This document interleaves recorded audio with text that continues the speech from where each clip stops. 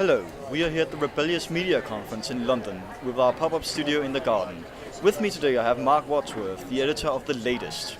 Mark, what did you do to this conference? I was a facilitator for a ivory tower session that was about academics becoming more relevant to journalists and activists, radical academics. I guess I'm one of them. Although a reluctant one, I'm more an activist who happened to become a lecturer at university teaching journalism. So that was a very positive session. We had a good dialogue with the audience on how we can do better. Right staff use new media, social networking sites like myself, thelatest.com, which is a citizen journalism website, the first of its kind in Britain. Excellent. And so, what other good things have you seen here at the conference? I know there's been a lot of networking going on, a lot of different talks.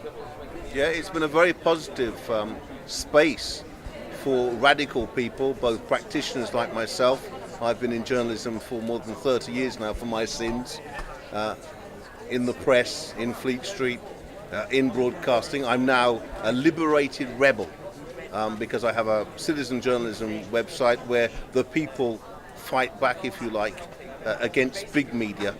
And that's so important because we saw what happened during the so-called riots when big media just trashed young people, black people, called them all criminals, talked about feral gangs. It was just like an us and them, as if we live in two nations. With the enemy within being the people who reacted against years and years of stop and search, police brutality, poverty. And I was on Sky Television with an interviewer called Kay Burley and a police chief, and you could see how much she was favouring him. And I wasn't aware of it at the time, but afterwards when I looked at the clipping of that particular interview, they'd superimposed behind me rioters, burning police cars, so you could see I didn't stand a chance. So that's not exactly neutral coverage. No way was that neutral coverage, and we haven't seen neutral coverage. And in a workshop today where young people were giving their voices on how they saw the coverage and solutions in the future, it was very interesting how they said that they wouldn't even watch the BBC or Sky. They relied on Twitter or Facebook to find out what was really happening rather than what they were being told.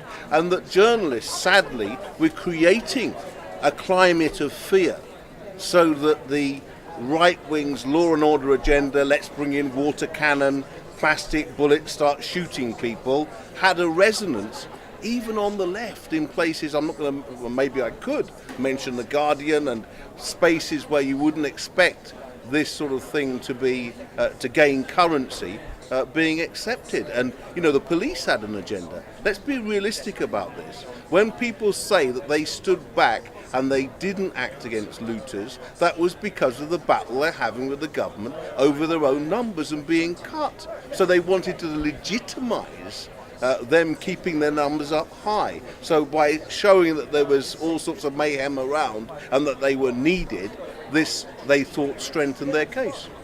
So not only not neutral, but actually manipulated. Oh yes, I mean, I've been around journalists for years and years, and it's sad that in situations of disorder like that, how much journalists who should be impartial rely on the police as their primary source of what's going on. So they're not talking to the people, they're not talking to the young people particularly. And on Facebook, I mean, I'm not going to name who it was, but a colleague of mine who is a white male, so, you know, he's a middle-class male, he's not necessarily going to be associating with black youth dem or white youth who were rebelling. He said, where are the voices of the rioters, of the looters? We should be reporting why they're doing what they're doing. But I know that you're doing a project on exactly that topic. Absolutely, I want to be a part of the solution. So rather than just slagging off colleagues and becoming an even more toxic brand, I'm bringing the voices of the rebels, together with the media practitioners together in a conference. It'll be constructive, I'll make sure of that. But we'll come out with some sort of document at the end of it as to how the media can be better. I've got two sons, one's 18, the other is 24. They've suffered police harassment. They've been stopped and searched constantly. I didn't bring them up to be anti the forces of law and order, but now they talk to me about the feds and it's an us and them. And the police have created that. But let's remember that the police are servants of a ruling elite. You know, they don't act on their own. And I say this to my sons time and time again. It's no point having a warfare which they relish with feds on the street. We've got to tackle the people who control them. And we've got to be more cute in the way that we deal with this resistance. And after that interview on Sky with Kay Burley that was so biased, when I tackled a police commander, my 18-year-old son rang me up and said, "Big up, Dad. You know, really pleased with the way that you dealt with that Fed. You put him in his place. You spoke for the youth."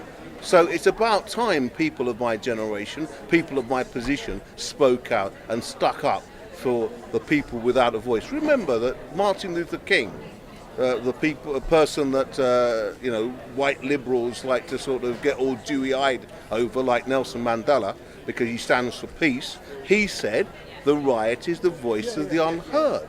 And if these guys in power refuse to listen to people who are suffering at the sharp end of their policies, they will reap the whirlwind. And how can people get in touch with about the conference and maybe thelatest.com as well? How can they get in touch with the website? Google us, thelatest.com. When and where would the conference be? It's at the London College of Communication. My own university wouldn't back it through its head, Professor George Brock. Someone should ask him about that. He's ex-News International, and I think he's not remembering that he's in the most diverse city in the world, and City has not done anything on race for the 10 years I've been there, and this was an opportunity, and he missed it. But fortunately, the staff there are showing big support, and so are the students. Excellent. So when would this conference be? It's on the 26th of November, London College of Communication, and we're going to make waves. Or the youth are going to make waves, really. It's got to be centred on them. I think we've had our moment as the older generation, and we need to move aside, and if we're not prepared to do that voluntarily, then we should be pushed aside, and they should take their rightful place in the lead on this very important debate. To give Mark a hand in all his great projects, go to thelatest.com or join his conference on the 26th at the London College of Communication, 26th of November that is. We are now here at the London Rebellious Media Conference. Thank you very much. Thank you.